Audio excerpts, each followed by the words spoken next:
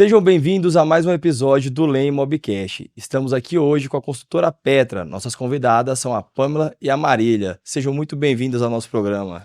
Obrigada, Rodrigo. Para nós é uma honra estar aqui hoje com você.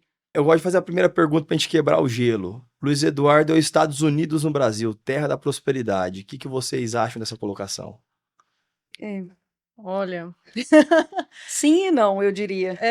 eu nasci aqui, né, vamos dizer assim, vi essa cidade toda crescer e foi muito rápido, né, como as coisas aconteceram aqui, como se desenvolveram e quantas empresas, quantos negócios, quantas prestações de serviços, né, surgiram desde então. E eu acho que a cidade tem muita oportunidade mesmo, muito próspera, né? Só que ao mesmo tempo também que eu enxergo que você ganha muito dinheiro, você tem muitos negócios, você também gasta um pouquinho aqui, né? Não tem a contrapartida É, dos Estados Unidos, né? é uma cidade de muita oportunidade, onde consegue se investir seu dinheiro e rentabilizar bem, viabilizar vários negócios. Mas a gente também tem um problema de infraestrutura muito grande, que se for para comparar Luiz Eduardo com os Estados Unidos, eu acho que eu viria esse ponto em desacordo, né, nessa comparação. Mas com certeza Luiz Eduardo é uma terra de muita oportunidade, é por isso que eu tô aqui, eu moro aqui, a gente empreende aqui e não pretendemos sair daqui tão cedo. É isso. E é muito conhecida, né, nível nacional. Toda vez que a gente sai daqui, alguma viagem, seja a trabalho, seja a lazer, as pessoas conhecem Luiz Eduardo. Então, eu acho que isso é muito reflexo dessa prosperidade da região mesmo. Já há alguns anos é citada como a cidade que mais cresce no Brasil, né? É uma realidade. Bacana. E eu queria que vocês apresentassem um pouco da história de vocês. Como que... Da onde que veio a Marília, da onde que veio a Pamela, como que juntou em função da Petra. Queria que vocês contassem um pouquinho da trajetória de vocês até hoje. Bom, eu sou de Goiânia, eu moro em Luiz Eduardo já há 9 anos. Eu me formei em Uberlândia, Minas Gerais, na UFO, Engenharia Civil. E a gente se conheceu por conta de amigos em comum, né, Foi. Pamela, aqui em Luiz Eduardo. E em um determinado tempo a gente começou a trabalhar juntas, na época na liderança do seu Luiz Piovesan, né, Pamela? A gente era colegas de trabalho. E desde aquela época, né, a gente já tinha muita vontade de fazer, assim, coisas diferentes, né? A construtora em si, ela é mais voltada para o ramo do agronegócio, né? E tanto Do seu Luiz, né? do seu Luiz. E tanto eu quanto a Marília, a gente tinha vontade de empreender na área urbana mesmo, né? No residencial, oferecer soluções, né? Na área urbana. E aí foi surgindo oportunidades. E a gente resolveu agarrar, né, vamos dizer assim, estruturamos também, né, um plano de negócios, eh, das mentorias, das coisas que a gente vê, eu acho, assim, que a gente teve um início bem sólido, né, Marília? A gente realmente estruturou, planejou tudo certinho, e aí decidimos dar esse passo há, 6 anos já, né? 6 anos. Eu sou daqui da região mesmo, eu me mudei para Luiz Eduardo em 99, nem era Luiz Eduardo ainda, né, era Mimoso do Oeste. Saí só para fazer a graduação e depois retornei, né, para trabalhar na área da construção civil. Vocês falaram dessa parte de vocês, da estrutura de estudos, né, que vocês procuram, né? Eu acompanho vocês nas redes sociais já faz um tempo já. Eu vejo que vocês estão sempre se renovando, vão para congresso, vão para curso, não se estagnaram só e se contentam com o que já tem, mas sim buscam essa melhora, né? Sim, nós fazemos muito isso.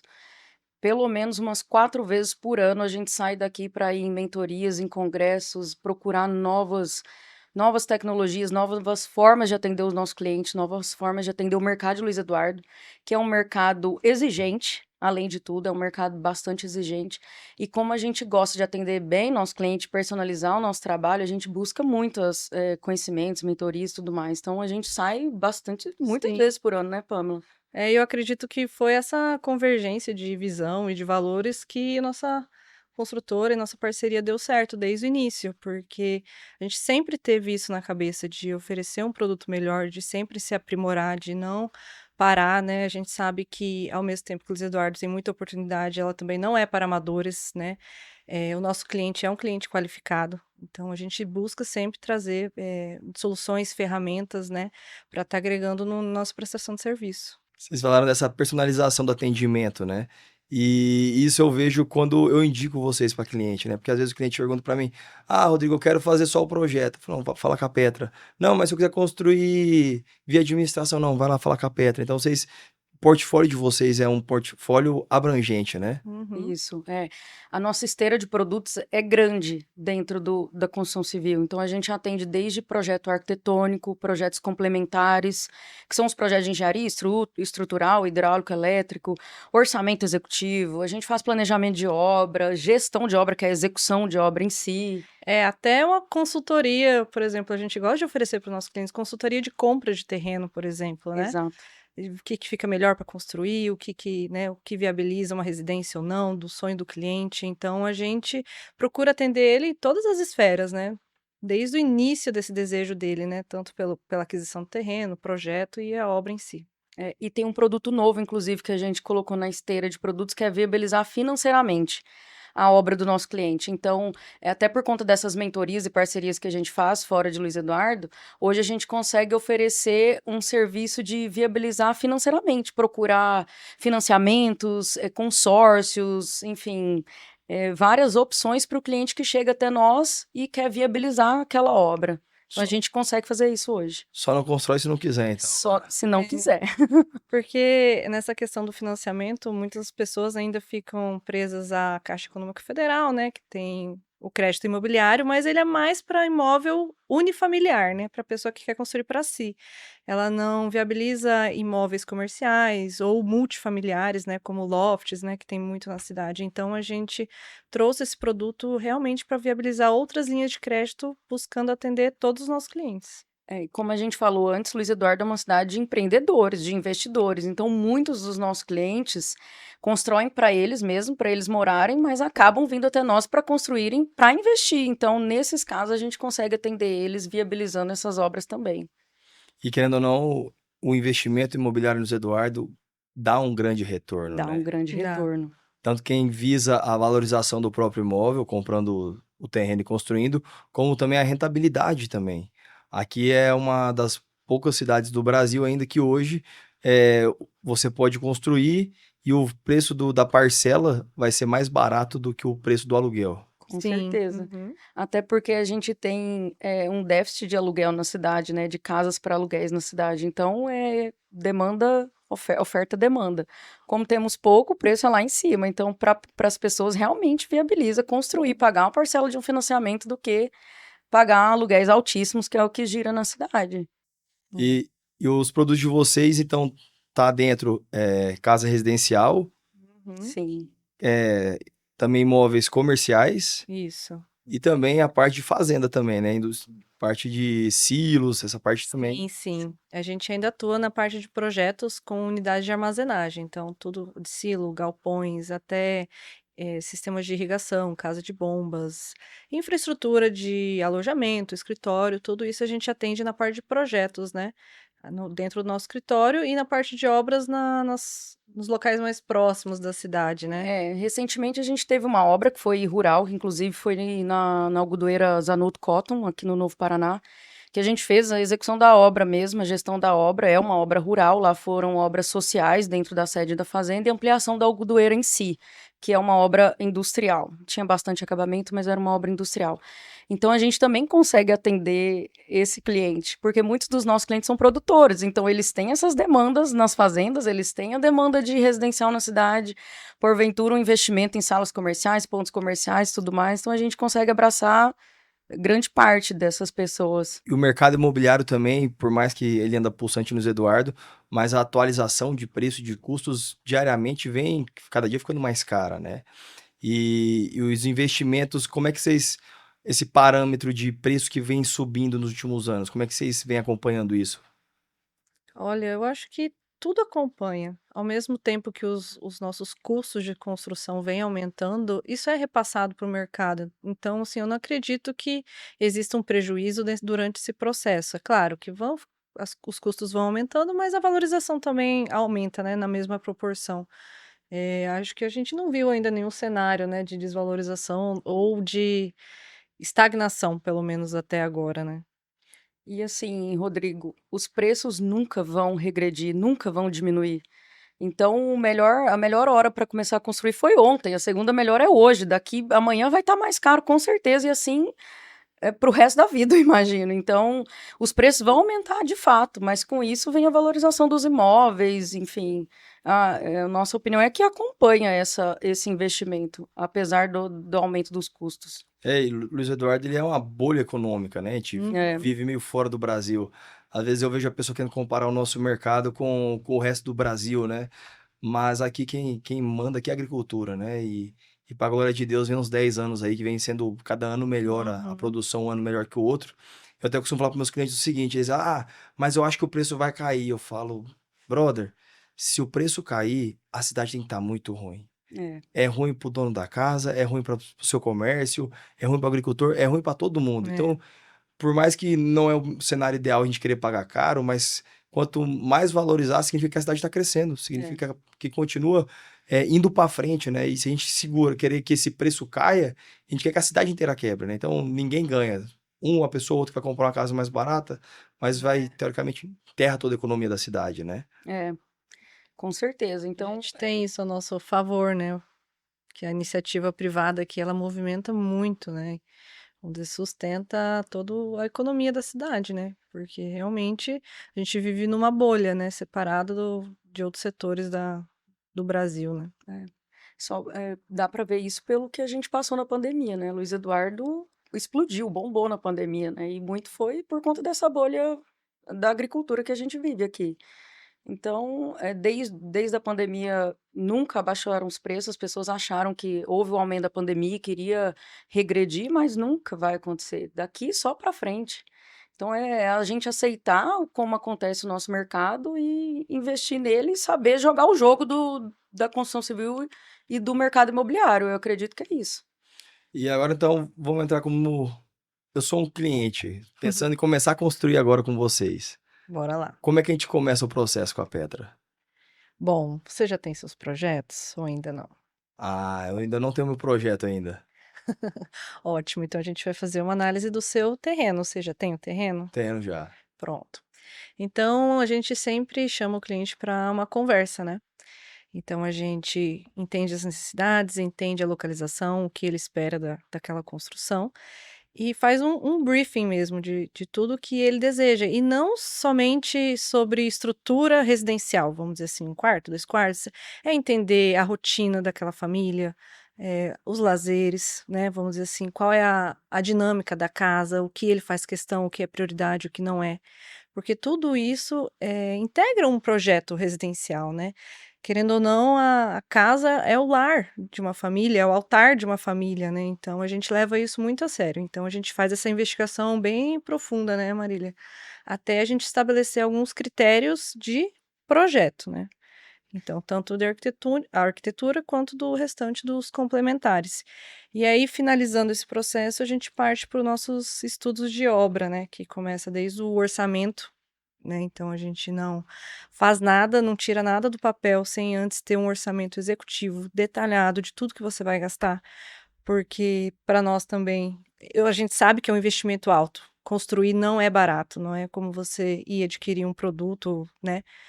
Mais simples. Então, a gente toma muito esse cuidado e valoriza bastante o passo que esse cliente está dando, né? Que o Rodrigo vai estar dando para construir. A gente leva muito a sério essa questão, não só do sonho do cliente em relação ao que a gente propõe de arquitetura para ele, que no caso seria você como cliente, de propor uma arquitetura que atenda aos planos de necessidade da sua família. A sua família é uma família que gosta de receber gente, vocês recebem muitas pessoas, vocês têm o hábito de tomar um chimarrão na frente da casa, por exemplo. Então, esse tipo de pequenos detalhes a gente precisa entender da família, até como que o casal se conheceu, como que, enfim, quais são os lazeres, os hobbies dessa família, para a casa ser realmente o lar daquela família, bem personalizado para eles. Depois que a gente passa desse processo de projeto, a gente vai para planejamento de obras, que daí é o que a Pâmela mencionou, que é o orçamento executivo e o cronograma físico da obra. A gente nunca começa nenhuma obra sem o cliente aprovar orçamento executivo de obra, porque para nós a gente leva isso muito em consideração. o mercado nosso, ele tem um péssimo hábito de educar as pessoas que é normal as pessoas acharem que vai gastar X numa obra e gastarem 2x numa obra. O mercado da construção no Brasil fez as pessoas acreditarem nisso, achar que isso é normal. E o que a gente quer propor para o nosso cliente é que isso pode até ser comum, mas isso não é normal. Porque, pelo menos nas obras entregues que a gente tem, né, Pamela, Sim. a gente consegue uma assertividade de 90% entre o orçado e o executado. Entre o que a gente apresentou numa planilha orçamentária antes da obra começar até o final da obra. E a gente mostra isso durante o processo inteiro, o cliente acompanha isso e a gente mostra os resultados também nas nossas redes sociais, né, É, Pamela? toda Então, a isso conclusão, é né? muito levado a sério com o cliente, porque a gente não está falando de um ticket baixo, não é ir numa loja comprar uma calça jeans. Às vezes, você está falando de uma economia, de um valor de uma vida inteira que aquela família está juntando para construir a casa dessa família. Então, precisa ser levado com muito mais seriedade do que a gente vê no nosso mercado.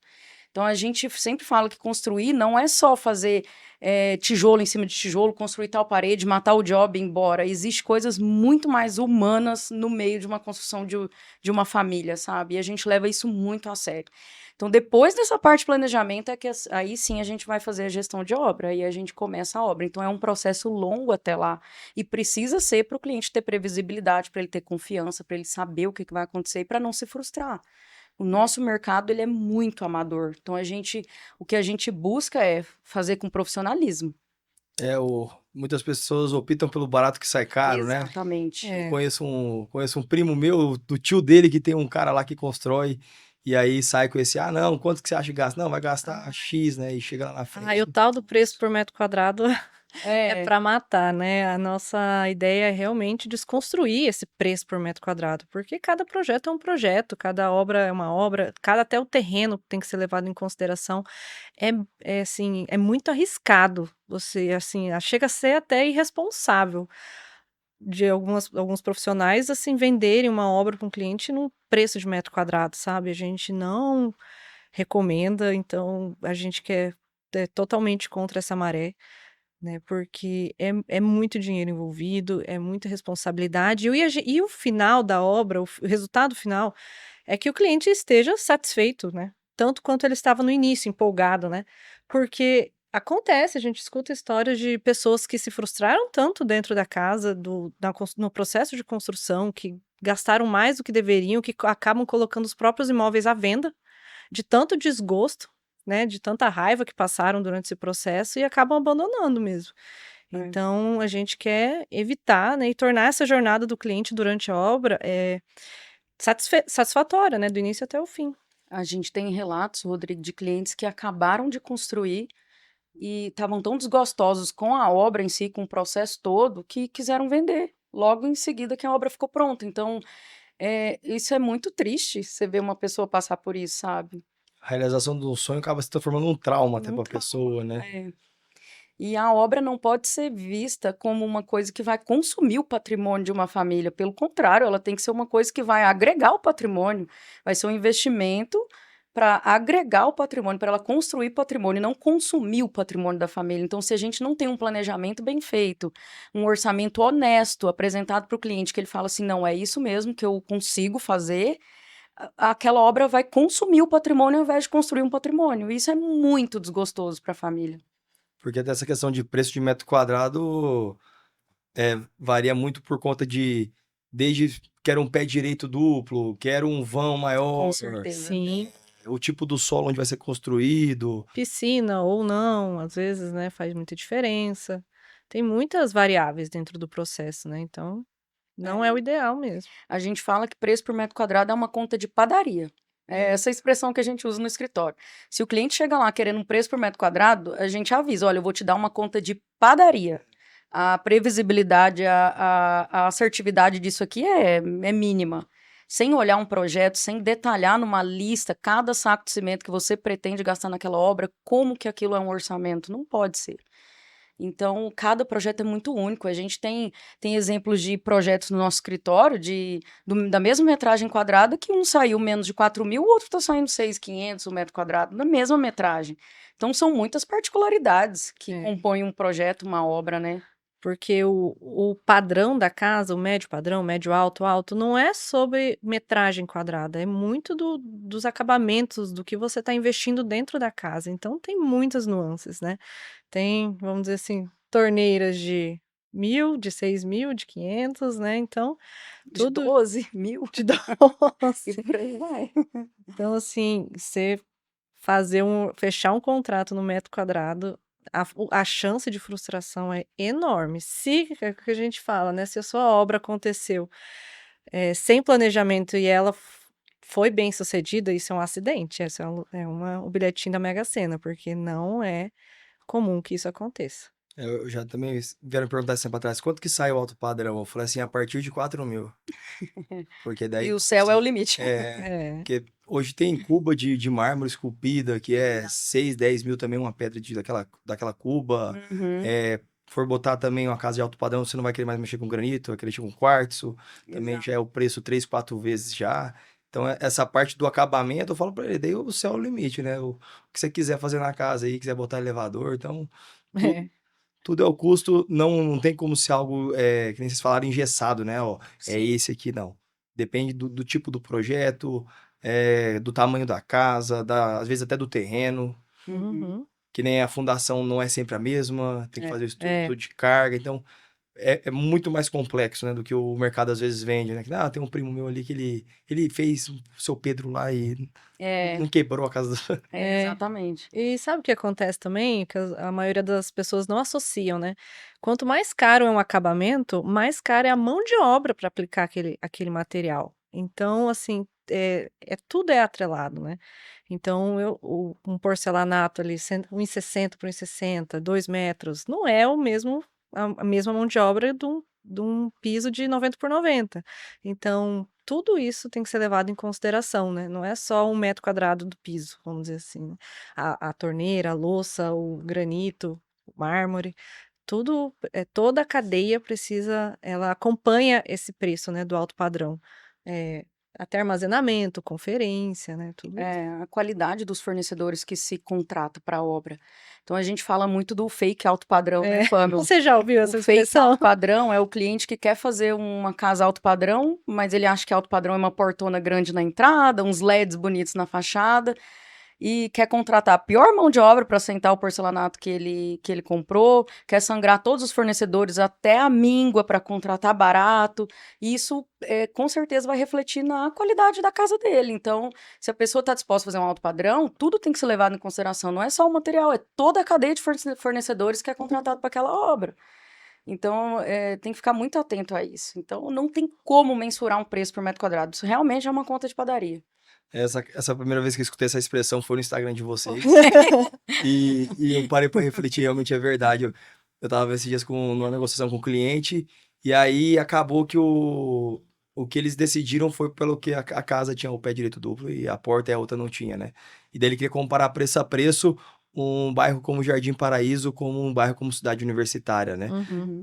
Não é querendo falar que um é melhor ou pior, mas querendo ou não, o preço de arrancada do lote no Jardim Paraíso já é bem superior à Cidade Ah, Universitária. com Sim. certeza. Porque uma das coisas que compõe o preço de um imóvel é sim a localização, isso é realidade. Não adianta a gente lutar contra isso, falar que um bairro é melhor que o outro.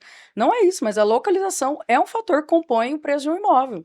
Então, com certeza, um bairro, um lote no Jardim Paraíso vai ter um preço mais agregado do que em outros lugares. Aí quando a pessoa falou isso pra mim, eu lembrei na hora da expressão de vocês, assim, né? Fake alto padrão. Fake de alto padrão. Então, assim, às vezes a pessoa, a única coisa que ela leva em consideração foi a fachada. Ela não leva em consideração quem foi o construtor, a localização do imóvel, a disponibilidade do próprio imóvel. Não, não, aqui a fachada foi o que eu gostei. Então, aí eu falei, que eu não tenho como a gente, às vezes, abrir a cabeça do cliente e enfiar lá o pensamento, né? Sim. Mas eu falei pra ele, então que Deus abençoe, que seja a É, realização do seu sonho, que não seja traumático, né? é, Exatamente. esse é o típico fake alto padrão. que a gente- Porque até um imóvel que a gente fala, ainda mais uma casa dessa de alto padrão, o peso dela estrutural na carga no chão é Com certeza. muito. Muda muito a estrutura. Muda. E se a pessoa não caprichar na base, se ela chegar a dar problema, Ah, para consertar, É bucha, viu? Existe conserto para tudo. Na engenharia, olha, tem que ser uma coisa muito difícil para não ter conserto, mas atrelado a isso também o custo vai ser muito alto. Então, as pessoas às vezes querem contratar o seu Zé Faísca para fazer a obra lá, para tirar a obra do chão e fazer a parte bruta. E daí o acabamento, enfim, ela contrata as pessoas para ir fazerem. Mas se a pessoa não fizer uma boa parte bruta, estrutura, fundação, levantamento de alvenarias e tudo mais, se isso não tiver bem feito, tudo isso vai ser mostrado no acabamento. Enquanto está na obra da parte bruta, ninguém vê. Então, não é que a obra dá problema no acabamento, é que a obra mostrou um problema que foi anterior, na parte cinza. E as pessoas querem economizar onde?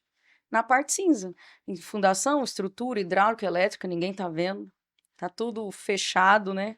E é exatamente isso. A fase de acabamento, ela só reflete os vícios, né? Os problemas que tiveram no início da obra.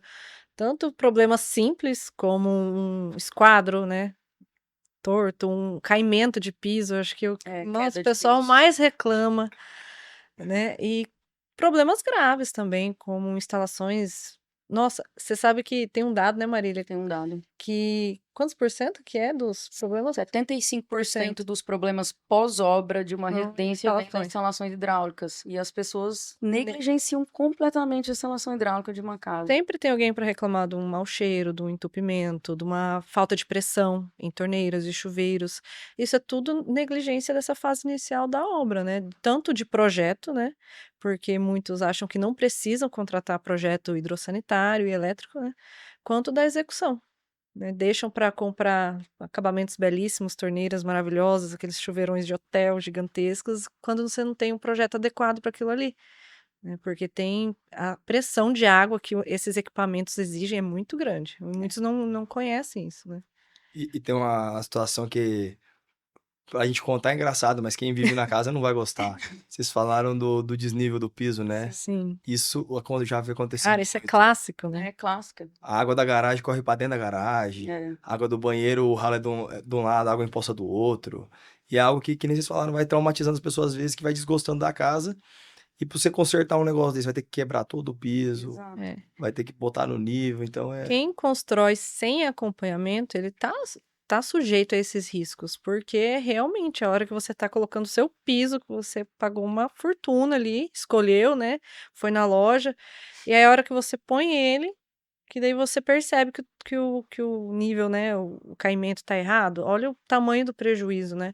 Então, quando você decide construir com esse acompanhamento, todos esses problemas iniciais, eles são sanados no momento correto, né? A gente costuma falar, né, até para os nossos clientes, a gente não pode garantir que as nossas obras, né, ou qualquer outra obra vai ser 100% perfeita, porque perfeição, né, não existe. E só que a gente está ali no dia a dia, no momento certo para corrigir, para estar adequando, para estar orientando os profissionais, né? Então as nossas obras sempre têm acompanhamento diário de profissionais, né, de engenheiros, justamente para isso, para preservar o patrimônio do cliente, né? Para não chegar lá na frente, a hora que ele já gastou com argamassa, com rejunte, com piso, com ralo, com, né, acabamentos, ver que saiu errado, né? E se frustrar. Tem outro dado, Rodrigo, que é sobre a informalidade do nosso mercado. Esse é um dado do ano de 2024. Mais de 80% de toda a construção civil no Brasil é feita pela informalidade. Ou seja, mais de 80% de todas as obras que acontecem no Brasil são feitas sem um engenheiro, sem uma equipe técnica competente, sem uma construtora gerindo aquela obra.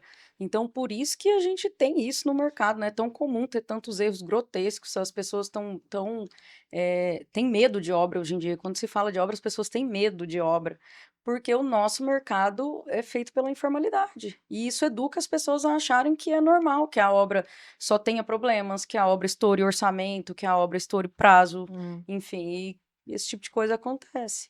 E aí, quando faz na formalidade, quando termina, vai reclamar com quem, né? Para quem? Exatamente. Exatamente. Então, a gente, como construtora, a gente tem as nossas garantias e nós somos responsáveis técnicas e legais por aquele imóvel, né?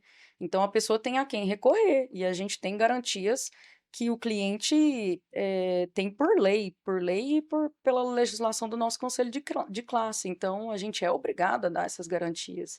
Se a pessoa faz sozinha, ela senta e chora, né? Essa é uma parte bacana que você contou, né? Das garantias, né? Uhum. Muitas pessoas não sabem dessa parte quando você contrata a construtora das garantias, né? Que a construtora ela é responsável, como você falaram, legal, e aí, dependendo do tipo do problema, exemplo estrutural, tem um número X de anos, né? Que a construtora tem que estar te acompanhando, né? Nesse caso, nessa obra. Sim, é. A garantia mais extensa é da estrutura mesmo, é a garantia mais extensa, as outras recaem anteriormente. Mas de execução de obra, a garantia para a estrutura é de 5 anos. Então, durante 5 anos depois da entrega da obra, se tivermos um problema estrutural naquela obra, a construtora é obrigada a sanar aquele problema, corrigir e pagar. Então, financeiramente, a construtora também tem que arcar com aquele dano. Quando a gente fala de projeto, a garantia de um projeto estrutural é de São 50 anos. Então, olha a responsabilidade disso. A pessoa acha que pode fazer com qualquer pessoa. E lembrando também que às vezes as pessoas não levam em consideração que toda garantia, ela requer também a manutenção do imóvel, né? É. Isso é Porque importante, né? Porque a gente pega mais essas casas hoje em dia, né? Essas casas com essa fachada moderna, né? Sim. sim, Normalmente a calha fica escondida pro lado de Uhum. dentro, né? Aí da época da seca aqui na Bahia, 6 meses, a pessoa esquece que tem telhado na casa dela, né? E daí uhum. quando começa a chover, entope a calha, acaba dando infiltração, a culpa é da construtora. Não, nesse caso Isso. não. Nesse caso não. São só vícios realmente justificáveis da obra, né? A maioria aparece nos primeiros meses. A gente até costuma falar que não é nem um pós-obra, né? É um período de adaptação da obra. Então, os primeiros meses é quando você vai testar tudo de fato, né? Então, uma torneira, algum vazamento, algum pontinho, alguma coisa, às vezes uma tomada que não tá, né, funcionando, uma luminária que tá piscando, tudo isso entra nesse período. E a partir daí, realmente entra no pós-obra. Instalações elétricas é 1 ano, né? 1 ano. Hidrossanitários são 2, 1 ano. Acho que 5 também. As São 2? hidro junto com a Ah. estrutura. Mas tudo isso também com suas devidas manutenções. Tanto que nas nossas obras, a nossa entrega de obra, a gente documenta também, né? Porque a gente precisa ter um marco, né? A partir de quando são esses 5 anos, esse 1 ano, 3 anos, né?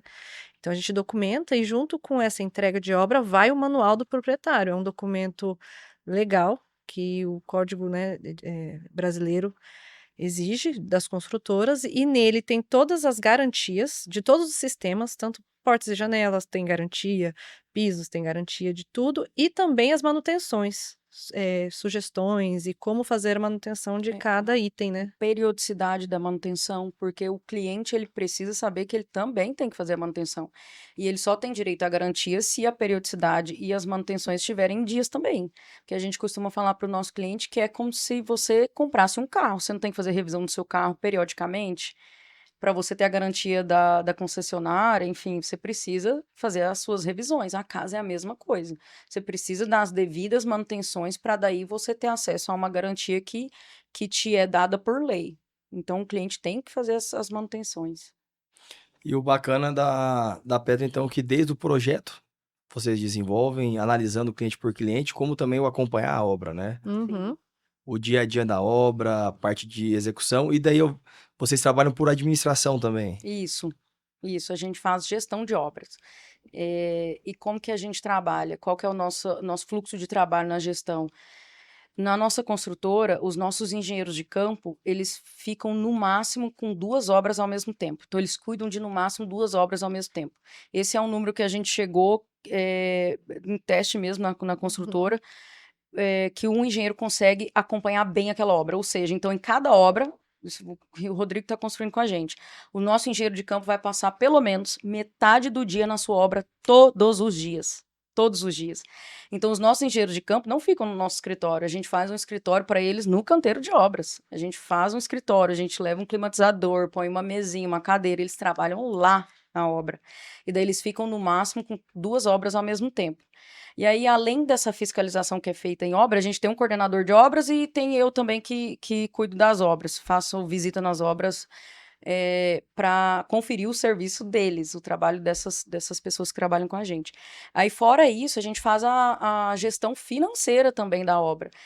controle de cronograma, controle de prazos, cotação de material e compra de materiais, recebimento de material em obra, conferência desses materiais, para ver se o que compramos foi o que chegou, se não chegou nada com avaria, nada estragado, que a gente precisa mandar devolver para reembolsar o cliente. A gente faz o recebimento das notas fiscais para o cliente, a gente... que mais, Relatórios Pam? dos serviços, Relatório de medição serviços, financeira. medição financeira e física da obra. Então, todos os dias, os nossos engenheiros de campo fazem relatório diário de obra. Se existe expediente em obra, existe um relatório diário de obra. E o que que vem nesse relatório? Vem como que estava o tempo naquele dia, se estava aberto ou fechado, porque isso atrapalha a nossa produtividade. Quais as atividades que aconteceram naquele dia, se houve algum recebimento de material, se teve alguma ocorrência relevante para a gente deixar anotado. E quem era a equipe na obra daquele dia. Então, tinha 3 pedreiros, 2 ajudantes, um mestre de obra, um encanador, e isso a gente relata e o cliente tem acesso a isso, porque a gente trabalha com um software de gestão. A gente tem um software que o cliente tem o espelho do software. Tudo que a gente faz na nossa construtora, o cliente consegue visualizar. Então, ele tem acesso a tudo isso. Ele tem um usuário, uma senha, que ele entra lá, ele vê todos os relatórios, ele vê quanto está gastando na obra dele. Ah, nós temos um contrato com o empreiteiro civil de R$400 mil. Quanto nós já pagamos para esse cara? Tá lá, ele consegue filtrar. Quanto já foi medido, né? Quanto já foi medido na obra? A obra está em quantos por cento executado? 35%? Será que eu já gastei 35% do orçamento? Sim ou não? Por quê? Eu adiantei alguma compra ou não? Então, o cliente consegue mensurar, visualizar isso junto com a gente. E isso garante um controle da obra. Não só nosso, mas o cliente também. Ele tem uma segurança no que está sendo gasto, sabe? Para onde está indo o dinheiro. Ele sabe onde cada centavo foi gasto. Porque a gente só faz pagamento dentro do nosso sistema. Então, uma vez que a gente faz pagamento da obra dentro do sistema, aquilo já é contabilizado como gasto de obra. Não se perde informação. Então, quem gosta de acompanhar a obra, mesmo sem estar dentro da obra todo dia, mas todo dia ela consegue acompanhar a obra. Consegue. Nem todo cliente quer, nem todo cliente tem o devido tempo, mas está lá se ele quiser. Entendeu? Tem clientes que gostam de estar mais a par, de acompanhar mais, de fazer mais visitas na obra. Tem cliente que simplesmente fala, ó, o filho é seu, toma conta, daqui a pouco... Me passa o Pix. Daqui a pouco você me manda pronto. Mas tem cliente que gosta de acompanhar mais, mas tá lá transparente para o cliente ter acesso se ele quiser. Então, vocês têm o software que o cliente vai ter até a senha dele, então. Tem o portal do cliente, ele tem acesso ao usuário dele e à obra dele. Então, ele confere metragem, confere valor gasto, confere o que foi feito naquele dia. Tudo. Tem acesso a todos os documentos, projeto, RT, contratos, né? Tanto os nossos contratos, né? Quanto o contrato dele com os prestadores de serviços, né? Porque na gestão, quem faz o pagamento de todos os serviços, materiais, é o cliente. Nada passa por nós, né? Nosso papel é gerenciar mesmo. A gente deixa tudo pronto para o cliente só fazer o pagamento. Então, lá dentro desse portal também vai ter a relação do que ele precisa pagar durante a semana. E a gente faz esse controle também para ele fazer pagamento apenas uma vez na semana, para não estar todo dia ali, Rodrigo, precisa pagar um cimento, Rodrigo, mão de obra venceu, tem um rapaz do gesso. Então, a gente faz esse planejamento e concentra os pagamentos também uma vez na semana, dentro desse portal. O cliente entra lá, vê o que tem para pagar, forma de pagamento, coloca o comprovante lá e já está tudo certo. E a gente só dá baixa num pagamento se tiver o comprovante anexado. Então, tudo que ele pagou da obra dele, do dia 0 até a entrega, tudo tem comprovante. Então, ele sabe exatamente o que pagou, quanto pagou, para onde foi. Então, nada se perde. A gente também tem uma lista de fornecedores dentro do portal, né, Pamela? Então, depois que a obra é entregue, a lista de fornecedores usados na obra dele fica lá para ele ter acesso e é dividido por categorias. Então, eu quero saber, eu quero acrescentar uma luminária aqui. Quem foi o eletricista que fez a elétrica da minha casa? Ele entra lá, ele tem acesso. Quem foi o eletricista? Pega os dados dessa pessoa e ele mesmo pode entrar em contato se ele quiser. Então, tem, assim, informação da obra inteira no portal dele. E, além disso, também tem a parte burocrática também, né? Pra gente começar uma obra hoje, a gente tem que dar a primeira entrada na prefeitura. Sim. E o acompanhamento depois, até no final, que tem que tirar o habites também. Exato. Tudo isso. A gente faz tudo, né? A parte de prefeitura está incluso no processo do projeto arquitetônico, e aí a gente emite o habite ao final da obra. A gente orienta o cliente que a gente tem impostos a serem recolhidos, tem que fazer a abertura. Tudo isso é previsto já, né? No CNO, tem que fazer o Cadastro Nacional de Obras, que é o CNO, tem que recolher o imposto da mão de obra, para daí a gente conseguir tirar o habite. Mas Tudo a gente faz. E quando é uma obra que tem financiamento também, por exemplo, a gente tem vários clientes que a obra é feita com recurso da Caixa, a gente faz o processo da Caixa também. A parte de engenharia da Caixa, que são as planilhas orçamentárias, memoriais de cálculo da Caixa, a medição que acontece durante a obra para o cliente ter o recebimento de dinheiro, a gente faz também. Então, É a série de solução coisas. completa mesmo, né?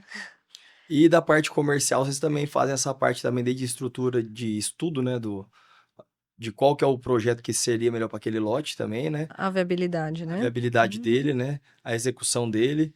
Tem diferentes tipos de construção também, né? Hoje em Luiz Eduardo já essa parte de pré-moldados também já está acontecendo aqui, já é a realidade, né? Sim, forte. nossa, já melhorou muito nesse sentido, né? Antigamente quase não se achava, ou a qualidade também não era boa, o pessoal usava mais para galpão, obra de fazenda, mas nossa, hoje as soluções que a gente tem na cidade já, vamos dizer assim, viabilizam até construções comerciais mesmo, prediais, no pré-moldado, né? É. E vários sistemas É, construtivos entre outros, né? sendo usados também. E que no pré-moldado ele dá uma velocidade diferente para a obra, Com né? certeza. Dá uma velocidade diferente, dá um controle de qualidade diferente, porque uma coisa é você contratar pilares e vigas pré-moldados, que houve um controle tecnológico na fábrica bem maior do que um rodado em obra numa betoneira, por exemplo. Então, além da celeridade, você ganha muito em controle de qualidade. E até porque aquela empresa que te fornece aquele material, ela é responsável técnica e legal também pelo aquele material. Precisa te emitir uma RT, por exemplo, de venda de pré-moldados. Então, o controle tecnológico é outro também. Essas empresas normalmente também têm a parte tem que romper também, né? Eles fazem o corpo de prova. Tem Sim. os ensaios de concreto, né? Precisa fazer tudo certinho, os laudos, né? A gente exige isso até nas concretagens nossas que são feitas com concreto usinado, todos a gente pega a RT da concreteira e Os ensaios, os resultados do rompimento dos corpos de prova, para ver se aquele concreto atingiu o que a gente pediu em projeto. E hoje, Luiz Eduardo, essa parte comercial tá bem aquecida. Vocês comentaram que estão partindo dessa parte de financiamento também para lofts, né? Uhum, Essa, querendo ou não, é um mercado que tá pulsante na cidade, né? É, Essa tá. parte de fazer esses prédios com 20, 30 unidades destinadas a esse tipo de público, né? Um quarto sala e mobiliado. Por conta que eu tava até acompanhando um estudo, o Luiz Eduardo tá com um déficit muito grande de hotel ainda para a uhum. cidade. Hum, Se a gente entrar em contato com os principais hotéis da cidade, de segunda a sexta, a maioria deles taxa de ocupação é 90%. é mesmo? Nossa, é altíssimo para hotel, né? Tem vezes que você manda mensagem e Fora eles de nem respondem. temporada. Fora de temporada, normal. Sem falar de Bahia Farm Show, por exemplo. Que já eu falo até que é o 13º de quem aluga, né? É, Verdade. verdade. Eles ganham em torno do que eles ganhariam em um mês, eles ganham em uma semana, né? É isso. Mas essa parte de financiamento, ela, que a gente está atendendo para viabilizar a obra do cliente, pode ser usada para isso, mas pode ser usada também para outras coisas. É porque a gente comentou isso porque a habitacional unifamiliar, a Caixa é muito interessante ainda. Mas a depender do que o cliente consegue comprovar de renda, se ele já tem outros financiamentos, talvez a Caixa não consiga liberar tão facilmente para essa pessoa. E aí, outros bancos, consórcios, outras modalidades podem atender ele também. Mas essa parte de investimento para loft, para kitnets, enfim, é muito viável fazer dessa outra forma, que a Caixa não consegue atuar. Eu também estava correndo atrás de um financiamento desse para um cliente, daí vi uma solução meio diferente, né? Banco do Nordeste, né? Uhum. Que eles têm também taxas mais agressivas, né?